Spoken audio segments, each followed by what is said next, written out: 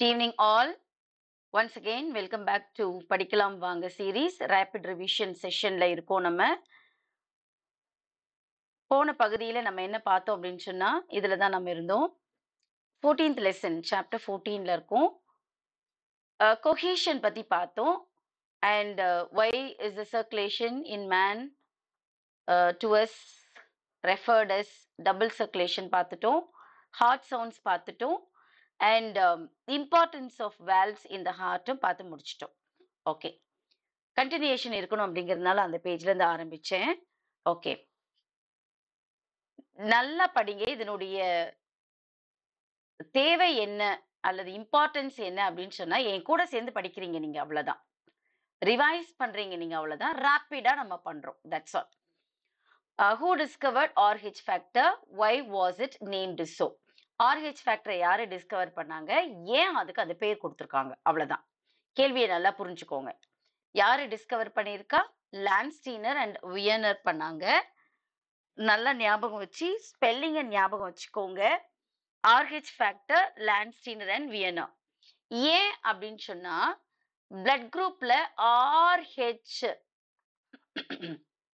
இது RH அப்படிங்கிற term rhesus அப்படிங்கிற மங்கில இருந்து, ஏன்னா அவரு ஆரம்பிக்கும் போதே ரிசர்ச் பண்ணதே இந்த மங்கில தான் ரிசர்ச் பண்ணாரு.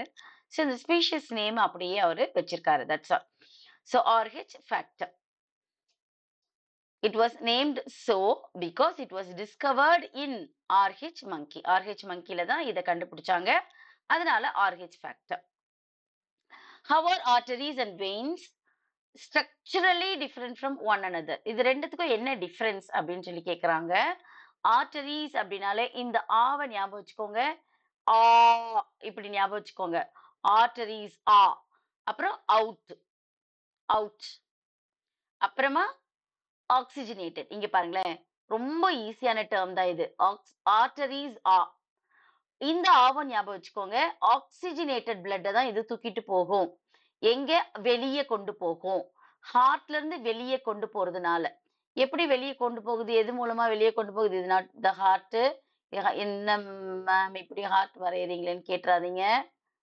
ஓகே, ஆரிக்கல்ஸ், இது வென்ட்ரிக்கல். ஓகே, இங்கே இருந்துதான் இது லெஃப்ட் ஆரிக்கல், லெஃப்ட் ஆரிக்கல், இது லெஃப்ட் வென்ட்ரிக்கல். லெஃப்ட் வென்ட்ரிக்கல்ல இருந்து பிளட் வெசல் அயோட்டா ரேஸ் ஆகுது. சோ இங்க இருந்து ஆக்சிஜனேட்டட் பிளட் இந்த அயோட்டா வழியா பார்ட்ஸ் ஆஃப் த பாடிக்கு தூக்கிட்டு போகுது நம்மளோட ஹார்ட். ஓகே, இப்ப ஞாபகம் வச்சுக்கோங்க. ஆர்டரிஸ் ஆ, ஆக்சிஜனேட்டட் ஆ, அவுட் ஆ, இப்படி ஞாபகம் வச்சுக்கிட்டீங்கன்னா இதை மறக்கவே மாட்டீங்க. அப்ப இதுக்கு என்ன மேம்? இது வெயின்ஸ். ஓகே, வெயின்ஸ் வெளியிருந்து உள்ளுக்குள்ள பிளட்டை கொண்டு வந்து கொட்டுறது. இதோ இங்க சுப்பீரியர் வீனக்கேவா, இன்ஃபீரியர் வீனக்கேவா, வெளியே இருந்து டீஆக்சிஜனேட்டட் பிளட்டை கொண்டு வந்து இங்க இட் போர்ஸ் இன். கரெக்டா? It empties here in right auricle. Veins வெளியே இருந்து உள்ளே வருகிறது. எதை தூக்கிட்டு? டீஆக்சிஜனேட்டட் பிளட்டை தூக்கிட்டு வருகிறது. ஓகே, இது வெளியே, இது அவுட், இது உள்ள. அப்படின்னு ஞாபகம் வச்சுக்கோங்க. இப்படி எல்லாம் படிக்கணுமா? இதெல்லாம் ரொம்ப easy method. Actually first time நீங்க கேக்குறதுனால இது உங்களுக்கு ரொம்ப நேரம் எடுக்கிற மாதிரி இருக்கும். ஆனா இப்படி எல்லாம் அசோசியேட் பண்ணி படிச்சுக்கிட்டீங்கன்னா மறக்கவே மாட்டீங்க. That's all. Distributing vessel. இது டிஸ்ட்ரிபியூட் பண்ணதோ ஹார்ட்ல இருந்து கொண்டு போய் எல்லா பார்ட்ஸ் ஆஃப் த பாடிக்கும் டிஸ்ட்ரிபியூட்டிங் வெசல் தான் ஆர்டரிஸ். இது கலெக்டிங் வெசல். எப்படி கலெக்ட் பண்ணணும்னு சொல்லி கொடுத்துருக்கேன் மிஸ். எல்லா பார்ட்ஸ் ஆஃப் த பாடியில இருந்த செல்லுலையும் யூஸ்அப் ஆன கார்பன் டை ஆக்சைடு அதிகமாக இருக்கிற பிளட் இது தூக்கிட்டு வந்து இங்க கலெக்ட் பண்ணி இங்க கொண்டு வந்து கொட்டுது. Collecting vessel. டீப் லொகேஷனா? ஆர்டரிஸ் எப்பவுமே டீப் லொகேஷன்ல தான் இருக்கும். நமக்கு மேல உங்களுடைய கைகளை எடுத்து பாத்தீங்கன்னா மாதிரி கிரீன் கலர்ல நரம்பு ஓடுற மாதிரி இருக்கும்ல, அது ஆக்சுவலி வெயின். எதுக்கு ஊசி போடுறதுக்கு வெயின் கண்டுபிடிக்கிறேன்னு சொல்லுவாங்க இல்லையா? அதெல்லாம் சூப்பர்ஃபிஷியலா இருக்கிறது லொகேஷன்ல. பட் ஆர்டரிஸ் ஆக்சிஜனேட்டட் பிளட்ட தூக்கிட்டு போறது இன்னர் சைடு டெப்த்ல இருக்கும். நல்லா இருக்கா? 2 பாயிண்ட். 3வது பாயிண்ட், ஆர்டரிஸ் எப்பவுமே திக் வால்டா இருக்கும். ஏன்னா ஆக்சிஜனேட்டட் பிளட் பிரஷரும் இங்க அதிகமா இருக்கும். ஆக்சிஜனேட்டட் பிளட் இது வந்து தின் வால் தான். ஏன்னா இது கார்பன் டை ஆக்சைடு. டீஆக்சிஜனேட்டட் பிளட்டை இது தூக்கிட்டு வருது. Blood flow with high pressure போட்டாங்க பாருங்க. ஹை பிரஷர்ல பிளட் ஃப்ளோ இருக்கும். இது வந்து லோ பிரஷர்ல இருக்கும். Able to get me? மறப்பீங்களா? இந்த கேள்வி கண்டிப்பாக கண்டிப்பாக கண்டிப்பாக வரும். Why is sinoatrial node called pacemaker? இதுவும் அதே மாதிரி தான். ஒரு good question paper, standardised question paper அப்படின்னு கேட்டா சொல்றாங்க அப்படின்னா இந்த கொஸ்டின் அதுல இருக்கும். Sinoatrial node is capable of initiating impulse which can stimulate, இது stimulateமா? Stimulate the heart muscles to contract. Actually heartனாலே contraction and relaxation, contraction and relaxationல தான் பம்பிங் ஆஃப் தி ஆர்கனே, பம்பிங் ஆஃப் த ஹார்ட்டே நடக்குது இல்லையா? இப்ப நமக்கு ஹார்ட் பீட்டு தோ இந்த இடத்துல இருந்து சைனோஏட்ரியல் நோடு இந்த பக்கம் தான். இந்த பக்கத்துல இருந்து என்ன பண்ண போகுது அப்படின்னு சொன்னா இனிஷியேட் பண்ணும் இம்பல்ஸ். இங்க இம்பல்ஸ் இனிஷியேட் பண்றதுனால தான் ஹார்ட் ஸ்டிமுலேட் ஆகி இங்க மசில்ஸ் வந்து கான்ட்ராக்டே ஆகும். அதனால சைனோஏட்ரியல் நோட pacemaker of the heart அப்படின்னு சொல்றோம். Okay, able to get me? Give reasons. Mature RBC in mammals do not have cell organelles. ஆமா, இப்போ மெச்சோர் ஆர்பிசின்னு உங்களுக்கு ஞாபகம் வந்துடணும். ஒரு ஃபர்ஸ்ட் வீடியோன்னு நினைக்கிறேன். ஃபர்ஸ்ட் வீடியோல நான் ஒரு டிஸ்க் ஷேப் வரைஞ்சேன். அப்புறம் குழியை உங்களுக்கு சொல்லி கொடுத்தேன். கிட்ட குழி தோன்றி தூர குவி அப்படின்னு சொல்லி கொடுத்தேன் இல்லையா? இப்போ டிஸ்க் ஷேப்டு இது மெச்சோர்டு ஆர்பிசியா இருக்கிற பட்சத்துல இந்த ஆர்பிசிக்கு உள்ள இது ஒரு செல்லு தாமா. ஆனா இந்த செல்லுக்குள்ள நியூக்ளியஸ் இருக்கணும். ஆமா தானே? ஆனா மெச்சோர்ட் ஆர்பிசிக்குள்ள ஒரு சில செல் ஆர்கனல்ஸ் இல்ல, நியூக்ளியஸ் கூட கிடையாது. ஏன் அப்படின்னு சொன்னா இந்த ஆர்பிசியோட வேலை முழுசா முழுசா முழுசா இந்த சென்டர் பார்ட் வந்து ஸ்ட்ரோமா அப்படின்னு சொல்றோம், குளோபின் பார்ட்னு சொல்லி சொல்றோம், அயன் பார்ட். இது முழுக்க முழுக்கவே டெடிகேட்டட் டு கேரி ஆக்சிஜன். அதனால மத்த செல் ஆர்கனல்ஸ் இதுக்கு தேவைப்படல. அதனால தான் ஆர்பிசிக்குள்ள, அதாவது மெச்சோர் ஆர்பிசிக்குள்ள, இம்மெச்சோர்ட் ஆர்பிசில நியூக்ளியஸ் இருக்கு, இம்மெச்சோர்ட் ஆர்பிசில ஒரு சில செல் ஆர்கனல்ஸ் இல்லை. Why? Because to allow more space for RBC to carry oxygen. The walls of the right ventricles are thicker than the right auricles. Sorry, right auricles ன்னு படிச்சுட்டேன் நான் miss. The walls of the right ventricles are thicker than the right auricles.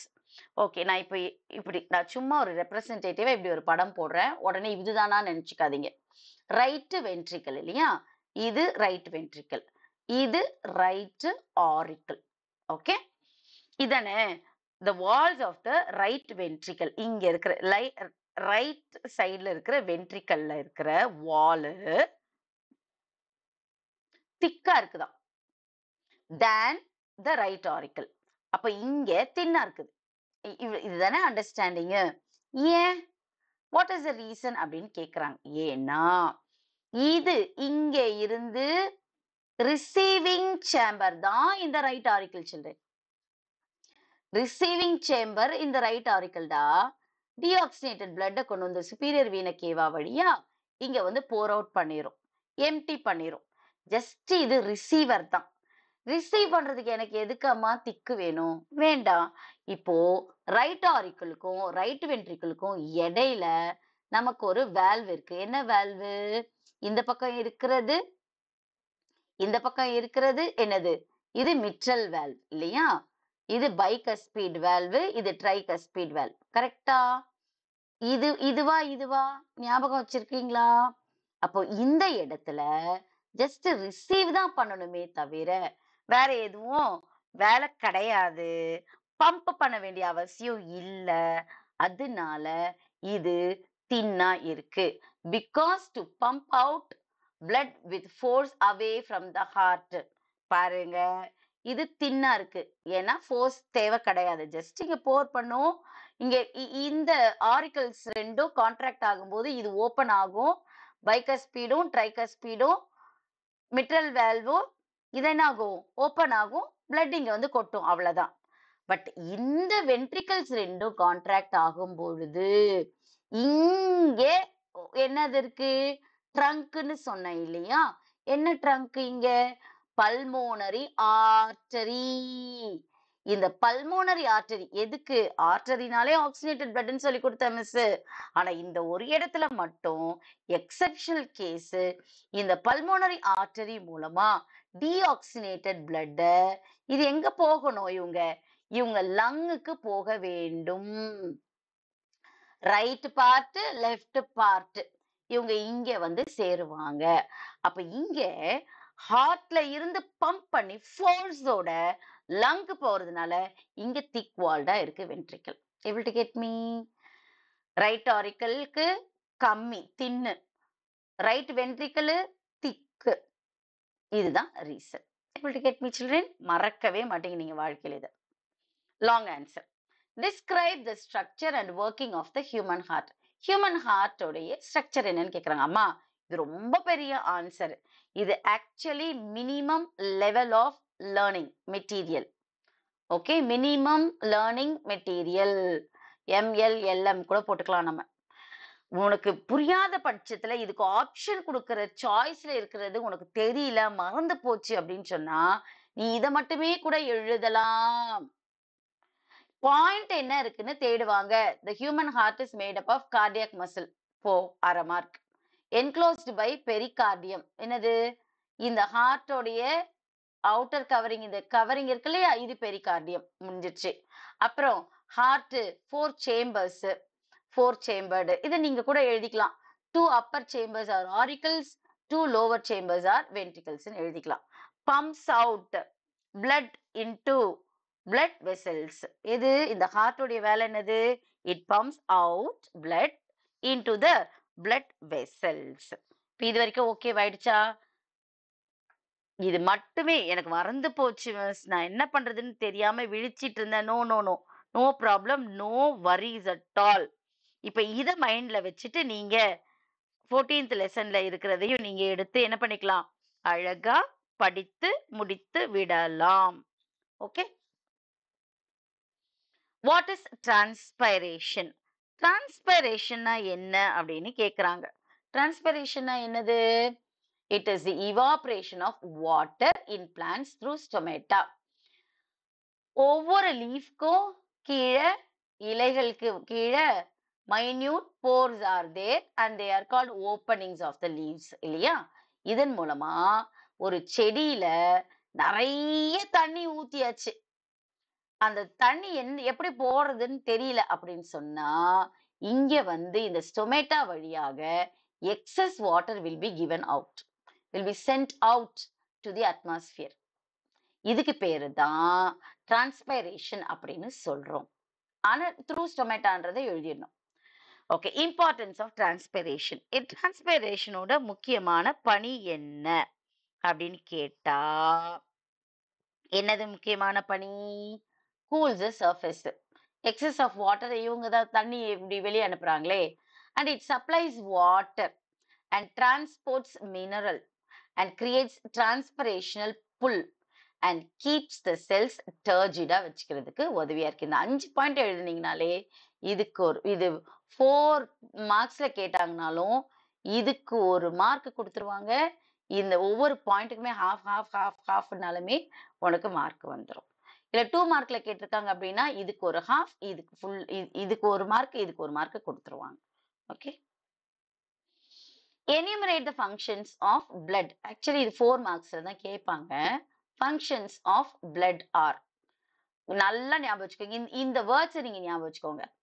என்ன வேலை, இந்த பிளட்டோடைய function என்னது அப்படின்னு கேட்டா, it transports oxygen and carbon di oxide.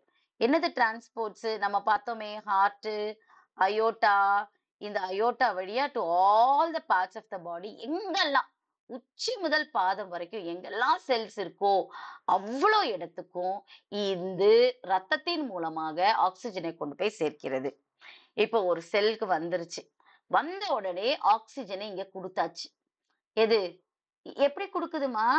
இங்க அயோட்டா, இது அயோட்டா, அயோட்டாக்கு அப்புறம் ஆர்டரீஸ், ஆர்டரீஸ்க்கு அப்புறமா arterioles, arterioles ends up with the capillaries. Capillaries is a place where both venules and arterioles meet together. அந்த இடத்துல தான் எக்ஸ்சேஞ்ச் ஆஃப் ஆமா பிளட் நடக்குது. கரெக்டா? அப்ப இங்க முழுக்கவே பிளட் சப்ளை நிறைய கேபிலரிஸ் இருக்கும். அப்போ இங்க லங்ல இருந்து வந்து இந்த அயோட்டா வழியா ஆக்சிஜனேட்டட் பிளட்டை கொண்டு வந்து இங்க விடும் பொழுது இந்த செல்ஸ் யூஸ் பண்ணிக்கும். இந்த செல்ல யூஸ் பண்ணதுக்கு அப்புறமா எல்லாம் என்னோட வேஸ்ட் ஆயிடுச்சே, கார்பன் டை ஆக்சைடு நிறைய இருக்கே அப்படின்ன உடனே ஆக்சிஜன் இங்க கொடுத்துட்டு கார்பன் டை ஆக்சைடு அதிகமா இருக்கிற தூக்கிட்டு போயிடும். எக்ஸ்சேஞ்ச் இங்க நடந்து இப்போ வென்யூல் வழியா, வெயின்ஸ் வழியா, வீனக்கேவா வழியா இங்க வந்து ரைட் ஆரிக்கல்ல வந்து கொட்டும். அப்போ transport of oxygen and carbon dioxide is one of the main and foremost functions of the blood. ரெண்டாவது என்னன்னா டிரான்ஸ்போர்ட்ஸ் டைஜஸ்டட் ஃபுட். என்னது? ரத்த கார்பன் டை ஆக்சைடு ஆக்சிஜனை மட்டும் தூக்கிட்டு போகல, எக்ஸ்சேஞ்ச் பண்ணிக்கல. எங்க?